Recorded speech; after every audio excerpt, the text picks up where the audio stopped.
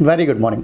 आज हम बात करने वाले हैं SCRA की, right, securities contract regulation act जो है हम उसकी बात करने वाले हैं। 1956 में ये एक्ट आपके पास आया था, राइट। चलो हम SCRA का डिस्कशन स्टार्ट करें उसके पहले हम थोड़ी सी बात करें कि ओवरऑल ये है क्या आपका सिक्योरिटीज़ कॉन्ट्रैक्ट रेगुलेशन एक्ट, किस चीज़ के बारे में है।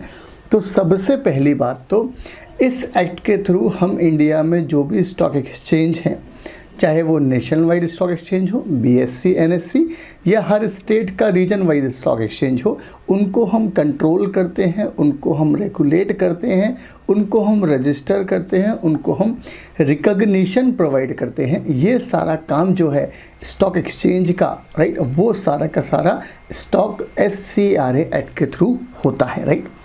याद रखना, सेबी के थ्रू हम लिस्टेड कंपनीज़ को कंट्रोल करते हैं, बट स्टॉक एक्सचेंज की वर्किंग क्या होगी, स्टॉक एक्सचेंज किस तरीके से ऑपरेट होगा, किस तरीके से रेगुलेट होगा, ये सारा का सारा काम जो हमको करना है वो SCRA एक्ट 1956 के हिसाब से होने वाला है।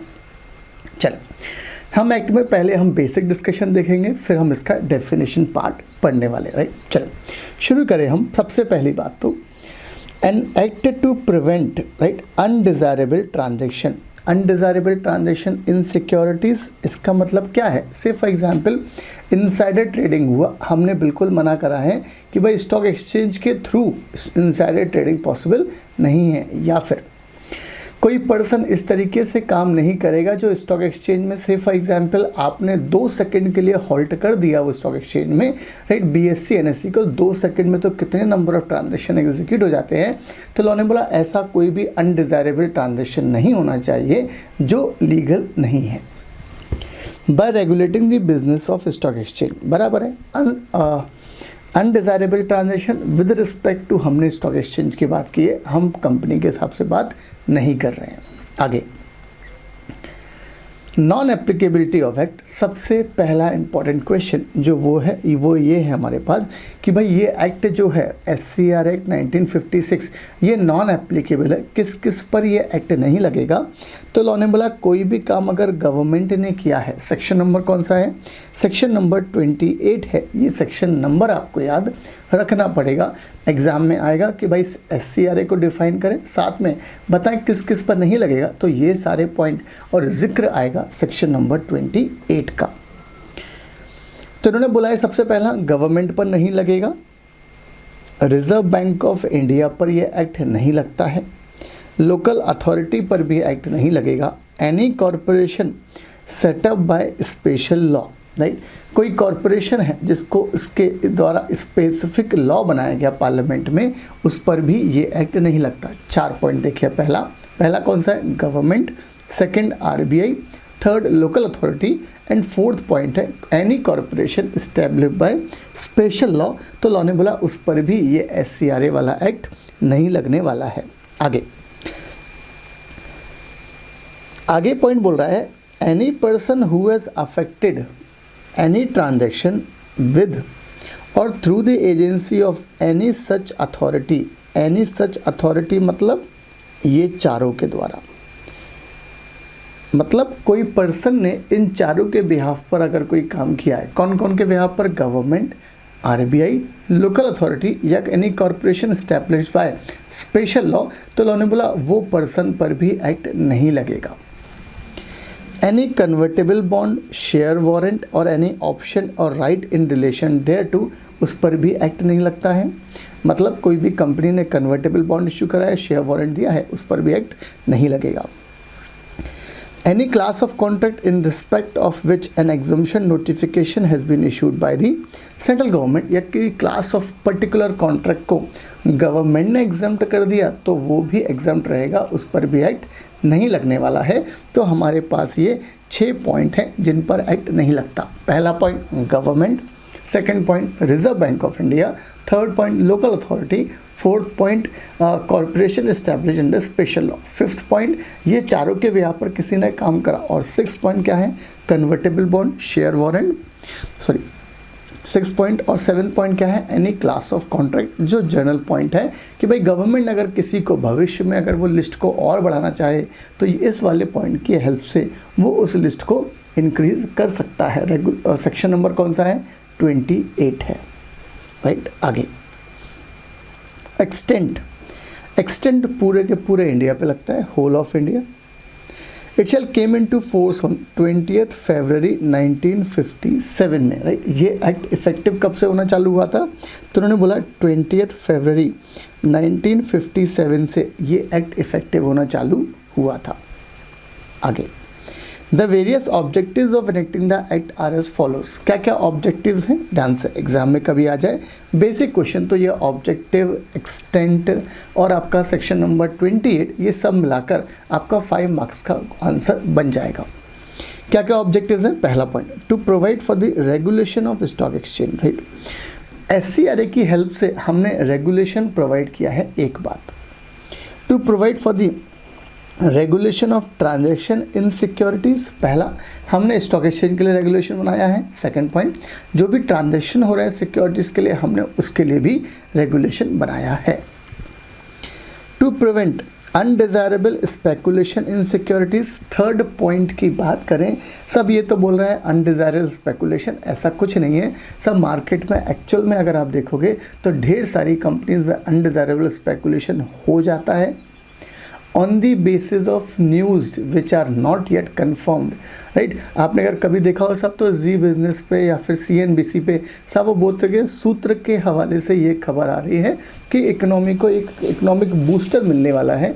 ये सब कुछ नहीं होता, ये सिर्फ मोमेंटम होता है और इनके बेस पर वो मार्केट अच्छा खासा ऊपर हमारा चला जाता है और से भी कुछ नहीं कर पाता, राइट। ये सब चीज़ें थ्योरेटिकल अलग चीज़ है, प्रैक्टिकल अलग चीज़ है। हाँ, ढेर सारी कंपनी में सब अपर सर्किट लगे जा रहा है विदाउट एनी लॉजिक, कोई लोअर सर्किट मार रहा है, बट बहुत सारी चीज़ें कंट्रोल होती हैं, बट बहुत सारी चीज़ों में सारा खेल हो जाता है। हम प्रैक्टिकल बात कर रहे हैं, सो क्रिटिसाइज नहीं कर रहे हैं। आगे, टू रेगुलेट द बाइंग और selling of security outside the limit of stock exchange, सब स्टॉक एक्सचेंज की लिमिट के बाहर खरीद बेच हो रहा है।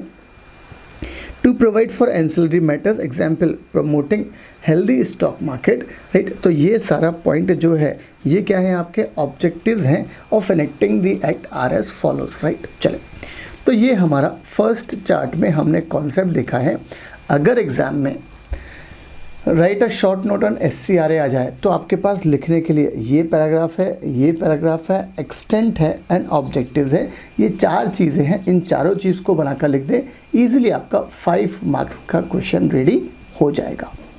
चल, अब हम डेफिनेशन पार्ट स्टार्ट करें और सबसे पहली डेफिनेशन जो मुझे बहुत अच्छी लगती है प्लस बहुत इम्पॉर्टेंट भी है, जहाँ जहाँ वर्ड सिक्योरिटीज़ आएगा हम दौड़कर भागकर कहाँ जाते हैं, section 2H of SCRA act 1956 पर।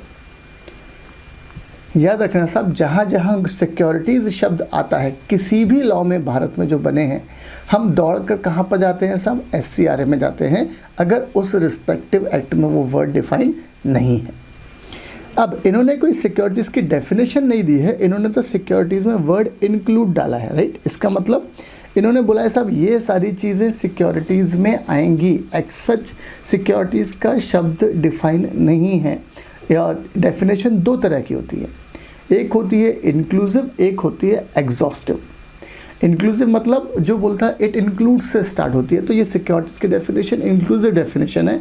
और एग्जॉस्टिव मतलब जहाँ पर जो लिख दिया बस वही है, that is called exhaustive definition.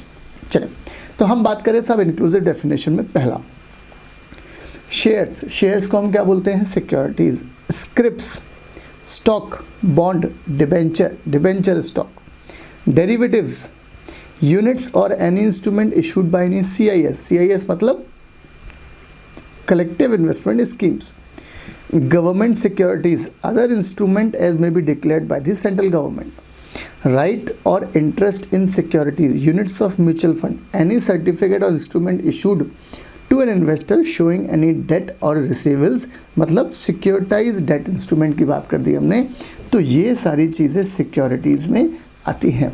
अगर हम मोटा मोटी देखें साहब तो हर वो चीज़, हर वो इंस्ट्रूमेंट सिक्योरिटीज़ में आएगा जो हमें राइट देता है कुछ पैसे कमाने का, राइट, उसको हम क्या बोलेंगे, आपका सिक्योरिटीज़। अगर आप देखें तो मोटा मोटी सर हर चीज़ यहाँ पर कवर हो गई है जिससे हम पैसा कमा सकते हैं। तो ये हुआ हमारी सिक्योरिटीज़ की डेफिनेशन। आपको सिंपल याद करनी है, बहुत सारे पॉइंट्स आपको याद होंगे। शेयर्स होगा, डिवेंचर्स होगा, डेरिवेटिव होगा, म्यूचुअल फंड होगा, CIS होगा, सिक्योरिटाइज डेट इंस्ट्रूमेंट होगा। ये सारे पॉइंट आपको याद है, एक दो पॉइंट और याद करने पड़ेंगे और आपकी सिक्योरिटीज़ की डेफिनेशन तैयार है, राइट। और याद रखना ये बहुत ज़्यादा इंपॉर्टेंट है। सेक्शन नंबर कौन सा है, 2H,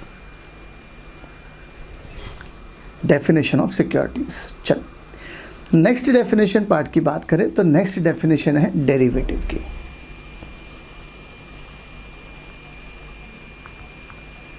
सेक्शन नंबर 2AC है जो बात करता है डेरिवेटिव्स की, राइट। हम यहाँ पर चलें उसके पहले हम बात करें साहब डेरिवेटिव होता क्या है। तो डेरिवेटिव मतलब से फॉर एग्जाम्पल, सिंपल शब्दों में अगर मैं बोलूँ, से फॉर एग्जाम्पल मिल्क है और कर्ड है, दही, और सुंदर राइटिंग में लिखने की कोशिश करें। चलें, फॉर एग्जाम्पल मिल्क है और कर्ड है,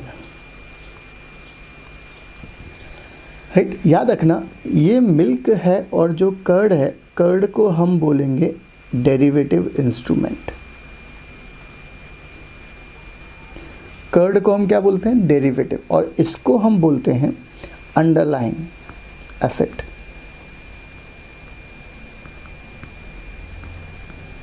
अब आप बोलोगे सर ये क्या लैंग्वेज बोल रहे हैं, मिल्क को तो हम दूध बोलते हैं साहब, कर्ड को हम दही बोलते हैं ना। याद रखना कर्ड बनता किससे है, मिल्क से बनता है। तो मिल्क हो गई एक अंडरलाइंग एसेट्स, कर्ड क्या हो गया इसका ड्राइव्ड प्रोडक्ट, जिसको हमने किसी चीज़ में उत्पत्ति हुई है, that is called derived product, तो हमने बोला उसको कर्ड। अपने हम स्टॉक मार्केट की बात करें, से फॉर एग्जाम्पल रिलायंस कंपनी का शेयर है। आपने सुना होगा फ्यूचर एंड ऑप्शंस होता है,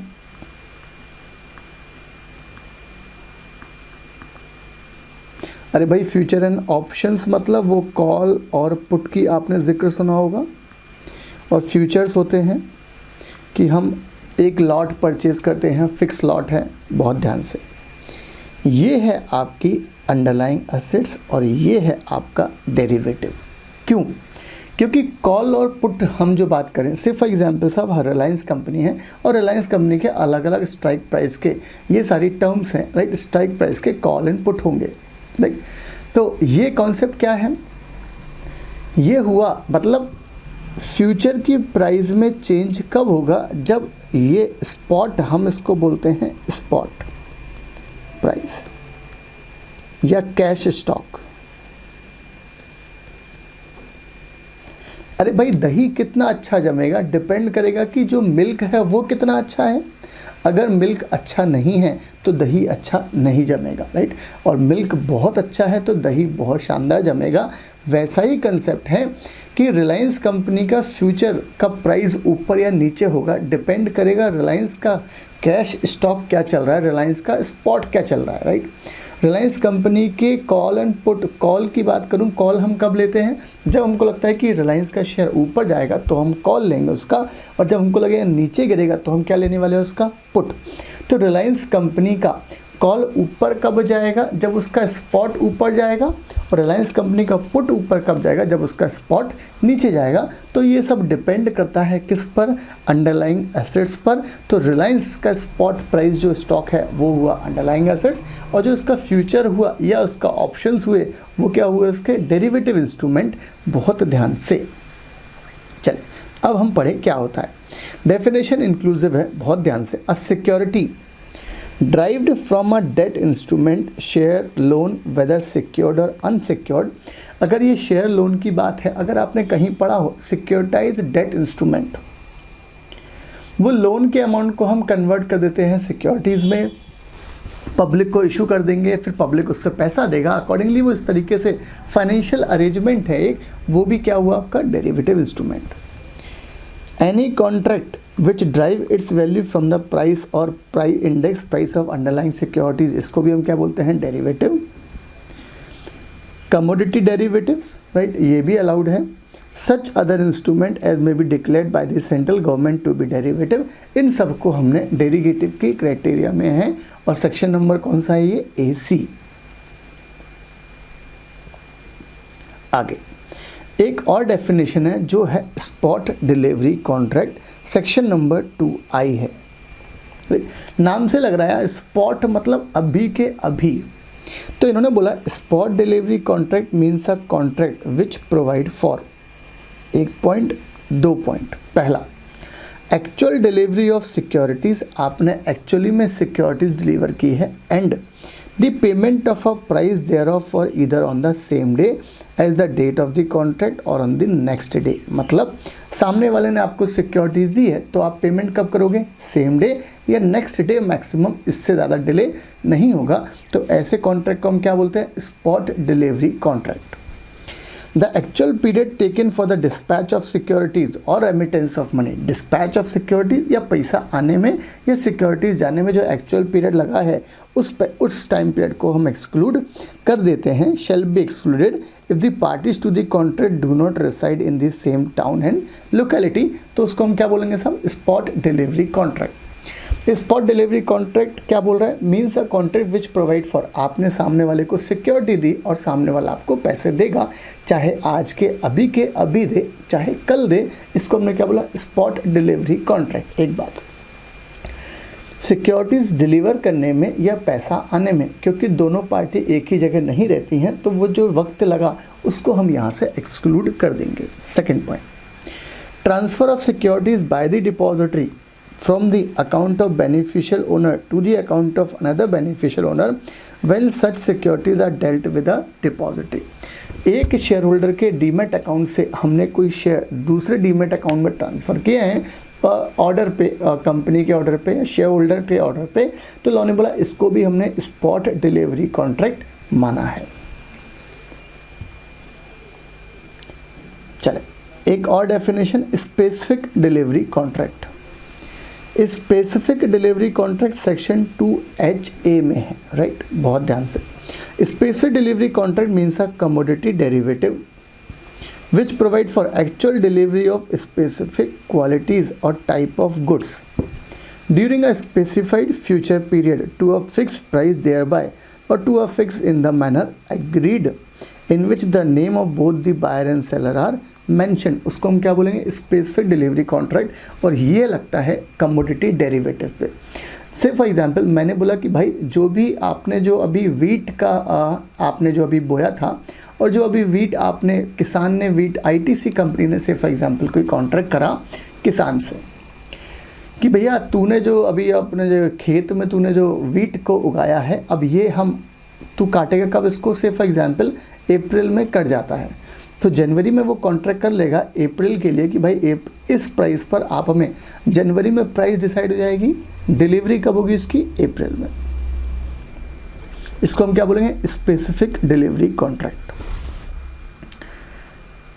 एक और डेफिनेशन है सेक्शन 2K में, ट्रांसफरेबल स्पेसिफिक डिलीवरी कॉन्ट्रैक्ट।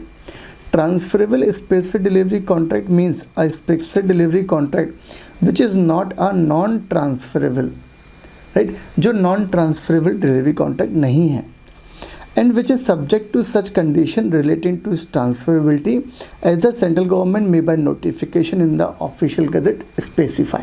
और जिस तरीके से गवर्नमेंट ने बताया है उस तरीके से वो सिक्योरिटी ट्रांसफ़र होगी, उसको हमने क्या बोला, ट्रांसफरेबल स्पेसिफिक डिलीवरी कॉन्ट्रैक्ट। और ये चीज़ भी कमोडिटी पे ही लगेगी, क्योंकि स्पेसिफिक डिलीवरी कॉन्ट्रैक्ट किस पे लगता है, कमोडिटी डेरिवेटिव पे। Non-transferable specific delivery contract section 2CA means a specific delivery contract, the rights and liabilities under which or under any delivery order, railway receipt, bill of lading, warehouse receipt, any other document of title relating to the are not transferable। सब ये चीज़ें transferable नहीं होती हैं, right. आपको पहले delivery लो फिर आप इसको ट्रांसफ़र करो, वो अलाउड है, राइट। चले कौन कौन सी डेफिनेशन पार्ट अभी तक हमने देखा है, हमने देखी सबसे इंपॉर्टेंट डेफिनेशन सेक्शन 2H में सिक्योरिटीज़ की। 2AC में डेरिवेटिव की, 2I में स्पॉट डिलीवरी कॉन्ट्रैक्ट की। अच्छा, स्पॉट डिलीवरी कॉन्ट्रैक्ट को हम I याद रखने के लिए हम बोल सकते हैं इंस्टेंट। अरे भाई, स्पॉट डिलीवरी में अभी के अभी होगा तो I stands for instant. Specific delivery contract HA, right, section number 2HA commodity derivative पे है। ट्रांसफरेबल स्पेसिफिक 2K में है और 2CA में नॉन ट्रांसफरेबल। आगे, government securities means a security created और इशूड किसके द्वारा? By the central government, state government for the purpose of raising a public loan. Government public loan रेज करने के लिए जो सिक्योरिटीज़ इशू करती है उसको हम क्या बोलते हैं? Government securities. और वो कहाँ डिफाइंड है? सेक्शन 2B में। वेदर बिफोर और after the commencement of this act, government securities are low risk security, it acknowledges the government debt obligation. Low risk securities है और ये एक्नॉलेज करता है सब गवर्नमेंट डेट का। For example saving bonds, national NSC, oil field, fertilizer bond वगैरह, ये सब गवर्नमेंट इशू करती थी पब्लिक से पैसा रेज करने के लिए। आगे, कमोडिटी डेरिवेटिव सेक्शन नंबर कौन सा है? 2BC है। Means a contract for the delivery of such goods as may be notified by the central government in the official gazette which is not ready delivery contract. बहुत ध्यान से, उसको हम क्या बोलेंगे सब? Commodity derivative. और for differences which drive its value from the price और indices of prices of goods and services rights interest as notified by central government in consultation with the board। इसको हमने क्या बोला है? Commodity derivative. Ready delivery contract section number कौन सा है? 2EA है। Means a contract which provide for the delivery of goods या फिर payment of a price, right. आप गुड्स की डिलीवरी कर रहे हैं, पेमेंट ऑफ अ प्राइस कर रहे हैं, इधर इमिडिएटली हाथों हाथ दे रहे हैं या फिर with in such period not exceeding 11 days, मतलब मैक्सिमम 11 दिन से पीछे, इससे ज़्यादा पीछे नहीं जाना है। उसको हम क्या बोलेंगे? Ready delivery contract. ये देखो यहाँ पर डेफिनेशन में था। आगे चलें। After the date of contract, मतलब सीधी बात है, आपने गुड्स दिया, पैसा लिया और हाथों हाथ लिया पैसा, या मैक्सिमम 11 दिन से ज़्यादा का डिले नहीं होगा, ऐसा कॉन्ट्रैक्ट जो करा गया है कॉन्ट्रैक्ट की डेट से, उसको हमने क्या बोला? Ready delivery contract. इस कॉन्ट्रैक्ट को हम कैश या स्पॉट कॉन्ट्रैक्ट भी बोलते हैं। Provided that where any such contract is perform either wholly और in part by realization of any sum of money being the difference between the contract rate and the settlement rate, clearing rate, the rate of offsetting contract, or by any other means whatsoever as a result of actual tendering of goods covered by the contract or payment of full price is dispensed with, ऐसे contract को हम ready delivery contract नहीं कहते हैं। ध्यान से, for example आपने आज कॉन्ट्रैक्ट कर लिया जनवरी में कि भाई हम आपसे वीट परचेज़ करेंगे, और अप्रैल में लेकर आपने कोई परचेज़ नहीं करा, जो आपका भाव था जनवरी में, फॉर एग्जांपल आपने बोला हम 2000 रुपये क्विंटल के हिसाब से भाव आपसे परचेज़ करेंगे, तब भाव हो गया साहब 2200 रुपये, तो आपने बोला 2 रुपये तो हम 200 रुपये हमको तू प्रॉफिट दे दे, तो लॉ ने बोला इसको हमने रेडी डिलीवरी कॉन्ट्रैक्ट में क्लासीफाई नहीं किया है, क्योंकि यहाँ पर कोई एक्चुअल डिलीवरी नहीं हो रही है, यहाँ पर तो हम प्रॉफिट कमा रहे हैं, राइट। लॉ ने बोला ऐसा काम नहीं, इस ऐसे काम को हम रेडी डिलीवरी कॉन्ट्रैक्ट की डेफिनेशन में क्लासीफाई नहीं करेंगे, राइट। तो ये चीज़ हमारे पास क्या हुई? आपकी डेफिनेशन पार्ट जो हमने यहाँ पर बात की है, राइट। चलिए नेक्स्ट कॉन्सेप्ट है हमारे सामने, वो बात करता है corporatisation and demutualisation of stock exchange. ये कॉन्सेप्ट बहुत इंपॉर्टेंट है, राइट। कंसेप्ट हुआ क्या था बेसिकली, पहले हम वो बात करें। ऑन 30th, अरे पेन नहीं चल रहा यार,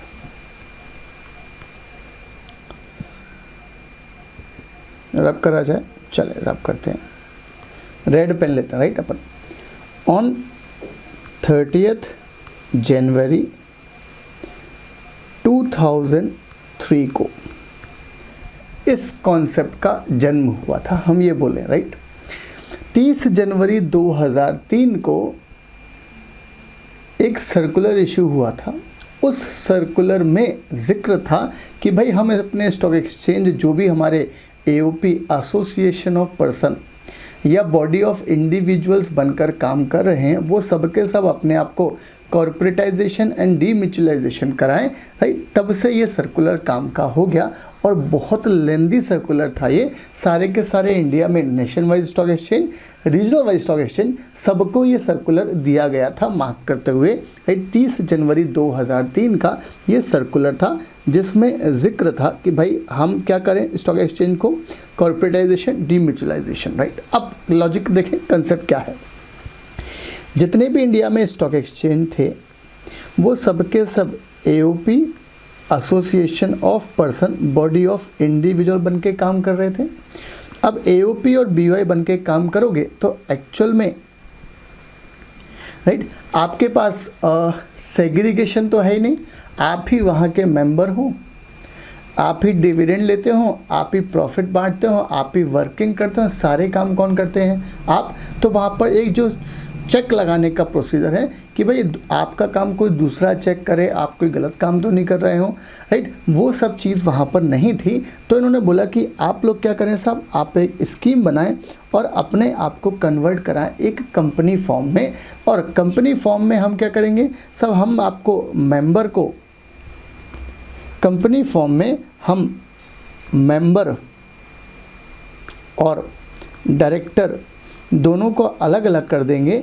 ये होगा आपका कॉर्पोरेटाइजेशन एंड खासकर से डीम्यूचुअलाइजेशन, जिसमें हम दोनों के राइट्स अलग अलग कर देते हैं।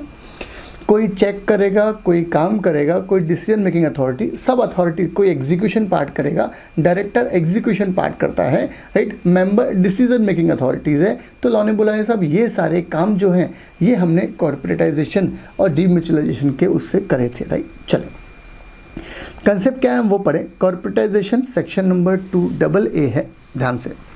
Means the succession of a RSE। RSE मतलब रिकॉग्नाइज स्टॉक एक्सचेंज।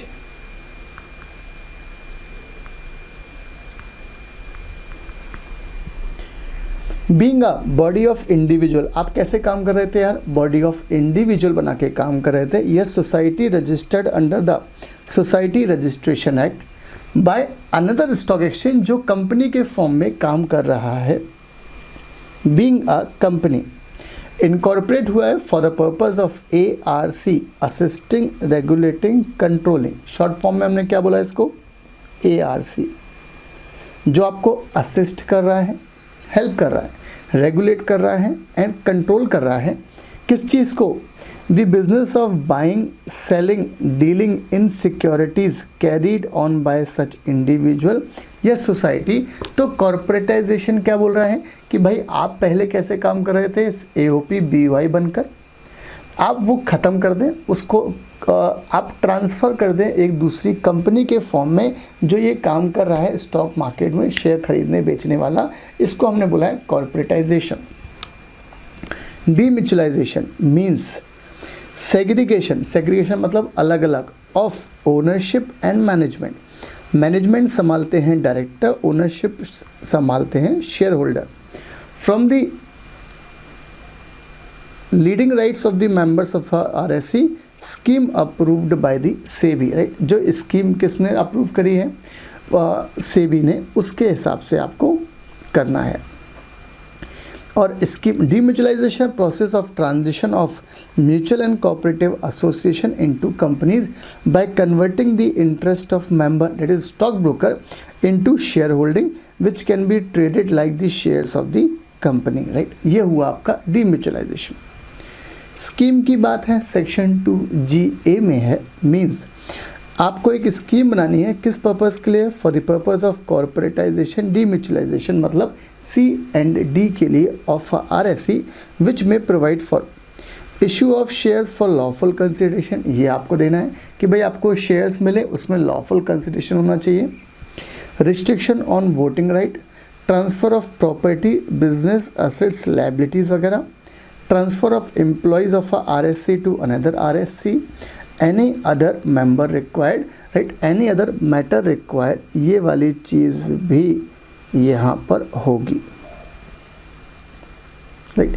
ये हुआ आपकी स्कीम की डेफिनेशन कि भाई स्कीम बनानी है जिसमें आपको लिखना पड़ेगा कि भाई शेयर्स के बदले में लॉफुल कंसिडरेशन होगा, वोटिंग राइट पे रिस्ट्रिक्शंस होगी, ट्रांसफ़र करने पड़ेंगे एसेट्स लाइबिलिटीज़ वगैरह, और एम्प्लॉयज़ एक स्टॉक एक्सचेंज से दूसरे स्टॉक एक्सचेंज में। आगे प्रोसीजर कैसा होगा डीम्यूचुअलाइजेशन एंड कॉर्पोरेटाइजेशन का, हम वो बात करें। सबसे पहली बात तो इम्पॉर्टेंट है, एवरी RSE मतलब recognise stock exchange shall be CND मतलब कॉर्पोरेटाइजेशन डी में आपको एग्जाम में ये CND नहीं लिखना, आपको एग्जाम में RSE नहीं लिखना, फुल फॉर्म लिखना पड़ेगा। Before the appointed date SEBI may specify another appointed date in respect of RSE may be appointed for different stock exchange. SEBI क्या करेगा, एक अपॉइंटेड डेट लेगा, उस तारीख तक आपको अपने आप को कन्वर्ट करना है, कॉर्पोरेटाइजेशन डीम्यूचुअलाइजेशन को फॉलो करना है। हाउएवर सेबी अलग अलग स्टॉक एक्सचेंज के लिए अलग अलग अपॉइंटेड डेट नोटिफाई कर सकता है। प्रोसीजर, हर रिकॉग्नाइज्ड स्टॉक एक्सचेंज को सबमिट करनी पड़ेगी एक स्कीम कॉर्पोरेटाइजेशन डीम्यूचुअलाइजेशन कि आप इसको इस ट्रांसफ़र प्रोसेस को किस तरीके से एग्जीक्यूट करेंगे। किसको देनी पड़ेगी scheme, to SEBI for its approval, may be giving with और विदाउट मॉडिफिकेशन, बिफोर सेबी में require further information. Right sir, और सेबी कोई फर्दर इन्फॉर्मेशन भी आपसे कॉल कर सकता है। अच्छा, जब आप इसको कॉर्पोरेटाइजेशन डीम्यूचुअलाइजेशन करोगे तो सेबी कोई ना कोई रिस्ट्रिक्शन लगाएगा। The voting rights of the share holder who are also stock broker, बराबर है, सब स्टॉक ब्रोकर के जो स्टॉक ब्रोकर है उसको वोटिंग राइट नहीं मिलेगा, ये रिस्ट्रिक्शन लगा देंगे।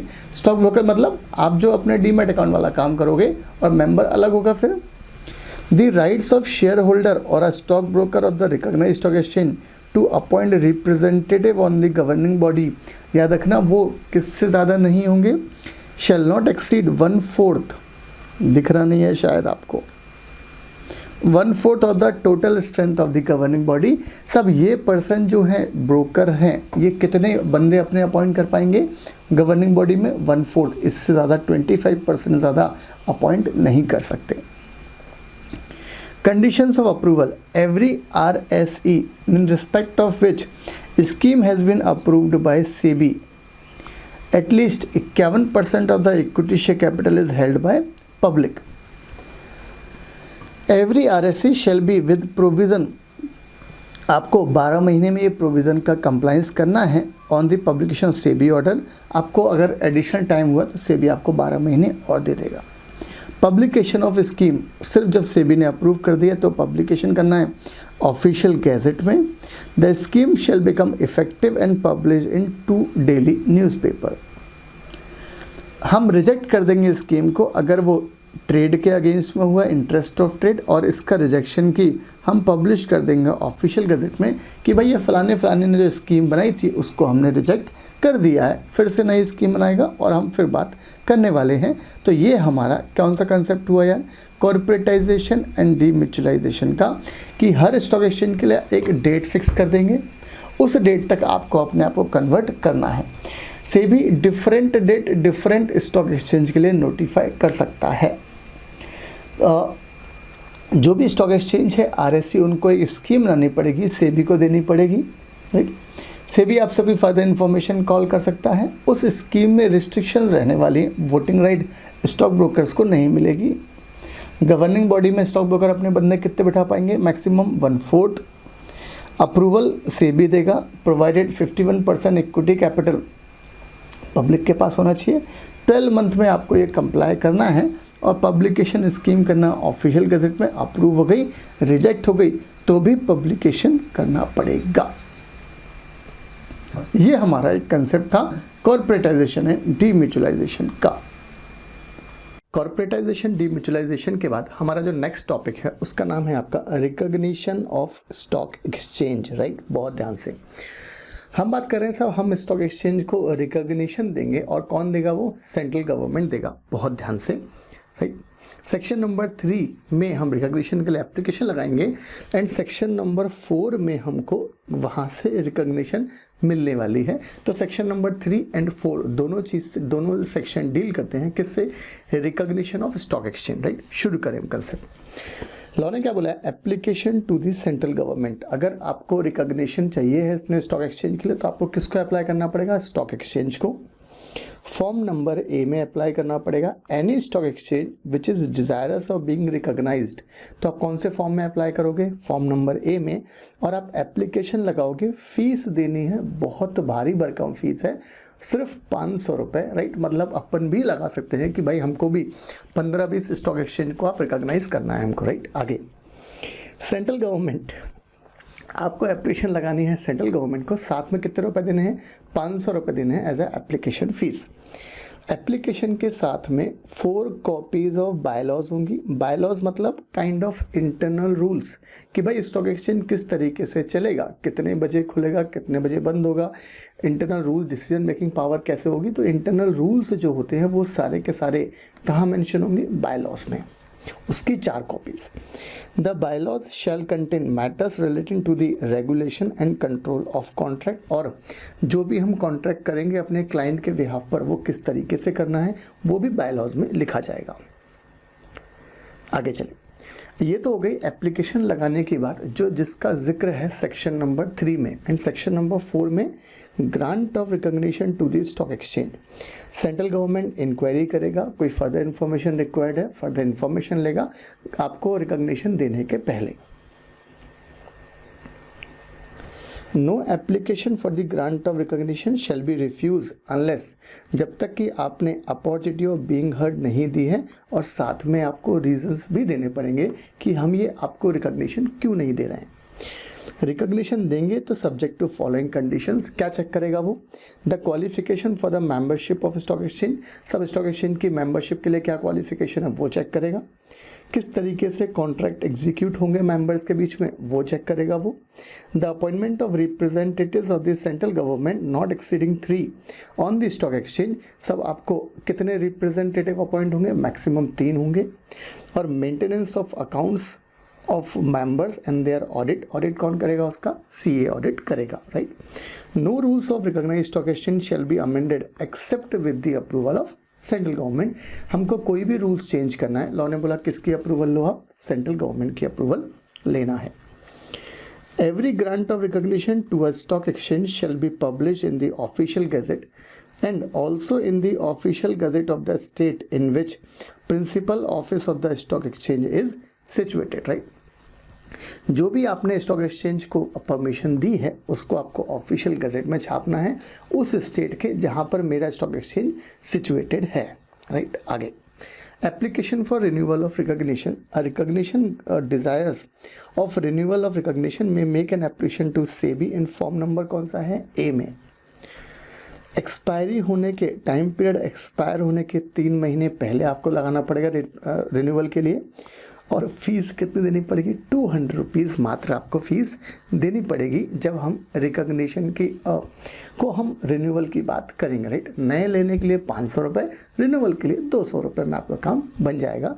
तो ये सेक्शन नंबर कौन सा हमारे पास, section number 3 and section number 4 की हमने बात की है। चले, रिकॉग्निशन दी थी, अब हम बात करेंगे विड्रॉल ऑफ रिकॉग्निशन। तो सेक्शन नंबर 5 है, बहुत ध्यान से।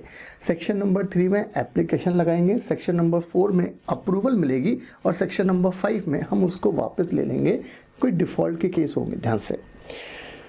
Withdrawal of recognition if such withdrawal is in the interest of trade और पब्लिक इंटरेस्ट, पब्लिक इंटरेस्ट या इंटरेस्ट ऑफ ट्रेड होगा तो उसको हम विड्रॉ कर लेंगे। The procedure for withdrawal of recognition under 5(1) is as follows. If central government is satisfied, किसको satisfy करना है, सेंट्रल गवर्नमेंट को, that it shall serve a written notice on the governing body of the stock exchange, form number C में, बहुत ध्यान से, form number C में आपको हम क्या देंगे, एक रिटन लेटर देंगे, एक रीजंस देंगे हम क्यों विड्रॉ कर रहे हैं। Central government opportunity of being heard भी देगा स्टॉक एक्सचेंज को। आफ्टर विड्रॉ नोटिफाई करना है ऑफिशियल गजेट में, एंड बट से फॉर एग्जाम्पल आपने विड्रॉ करा है 20 अप्रैल को, राइट। लॉ ने बोला है जो भी कॉन्ट्रैक्ट 18 अप्रैल को करे हैं, 20 अप्रैल के पहले करे हैं, उन पर ये विड्रॉल का कोई फर्क नहीं पड़ेगा, 20 तारीख के बाद कोई नया कॉन्ट्रैक्ट नहीं कर सकते। It shall not affect any contract entered into made और before the date of the notification, जब से वो नोटिफिकेशन ऑफिशियल गजट में दिया है गवर्नमेंट ने विड्रॉल का, तो लॉ ने बोला उसके पहले के जो भी कॉन्ट्रैक्ट हैं वो सारे के सारे वैलिड होंगे। लॉजिकल चीज़ है, ये हमेशा होता है। Withdrawal of recognition for failure to corporatization and demutualization, right. अगर आपने कॉर्पोरेटाइजेशन डीम्यूचुअलाइजेशन नहीं किया तो भी हम विड्रॉ कर लेंगे। ये कहाँ जिक्र है? सेक्शन 5(2) में। If a stock exchange fails to corporatize or demutualize, the recognition granted to you shall be withdrawn. Applicability of section 5(2), it shall apply where? पहला, a recognized stock exchange has not been corporatized demutualized, आप CND नहीं हुए, मतलब आपने अपने body of individual या AOP को stock exchange को कन्वर्ट नहीं कराया, किसमें? कॉर्पोरेटाइजेशन डीम्यूचुअलाइजेशन, जो हम प्रोसेस पढ़ चुके हैं। A recognized stock exchange fails to submit the scheme, आपको स्कीम सबमिट करनी थी, एक निश्चित डेट तक वो सबमिट नहीं करी तो विड्रॉ कर लेंगे। The scheme of corporatization demutualization submitted by the stock exchange has been rejected by the SEBI, right. और इसके इफेक्ट क्या होंगे? इफेक्ट यही होने वाले हैं कि भाई हम ऑफिशियल गजट में पब्लिश करेंगे, जो भी कॉन्ट्रैक्ट आपने नोटिफिकेशन के पहले के हैं वो सब के सब वैलिड होंगे, वो इनवैलिड नहीं होंगे। ये हमारे पास सेक्शन नंबर कौन सा है यार? 5। सेक्शन नंबर 3 में क्या देखा है हमने? एप्लीकेशन लगाना। 4 में है ग्रांट, 5 में है विड्रॉल। जो जो सेक्शन हम याद करते जा रहे हैं वो आपको याद रखना है। चले, एक चार्ट और है हमारे पास। अब ये रूल्स की बात कर रहा है। Who is eligible to be the member of RSE? Recognised stock exchange का कौन मेंबर बन सकता है? तो इन्होंने बोला, मतलब हम बात कर रहे हैं सब stock exchange, recognised stock exchange का मेंबर कौन बन सकता है? No person shall be eligible to be elected as a member if he less than 21 year of age, मतलब 21 साल से कम का तो नहीं पॉसिबल है। He is not a citizen of India, however governing body may relax with the prior approval of SEBI. Citizen of India नहीं है तो भी बनना पॉसिबल नहीं है RSE का मेंबर, बट गवर्निंग बॉडी जो है स्टॉक एक्सचेंज की वो SEBI से बात करके इस वाली कंडीशन को रिलैक्स कर सकती है। He has been adjusted bankrupt and proved to be insolvent, तो नहीं बन पाएगा। He has been compounded with the creditors, तो नहीं बन पाएगा। ऑफेंस फ्रॉड करा, डिसऑनेस्टी करा है तो नहीं बन पाएगा। He has at any time expelled or declared a defaulter by any stock exchange, तो नहीं बन पाएगा। या फिर आपने पहले मेंबरशिप के लिए अप्लाई किया था और उसको 1 साल नहीं बीता है जब से हमने आपको रिजेक्ट किया था, मिनिमम 1 साल का गैप होना चाहिए जो आपने पहले अप्लाई किया था रिजेक्शन में, तो इन केसेस में ये पर्सन मेंबर नहीं बन पाएंगे। आगे ये है आपका रूल 8(1) में जिक्र है। अच्छा, SCRA के रूल्स 1957 में रूल्स थे। रूल 8(2) क्या बोलता है? No person eligible for admission as a member under rule 8(1) shall be admitted as a member unless, right. Rule number 8(2) में इनको परमिशन दी है।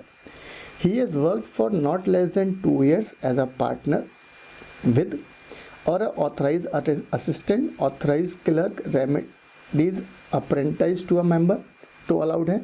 Or he agrees to work for a minimum period of 2 years as a partner, तो allowed है। Representative member with another member to enter into bargain on the floor of the stock exchange, not in his own name but in the name of such other member। ये bargain on the floor of the stock exchange, मतलब हम बात कर रहे हैं जो पहले ज़माने में जो फ्लोर पे ट्रेडिंग होती थी वो चिल्ला कर सब भाव लगाए जाते थे, वो बात कर रहे हैं।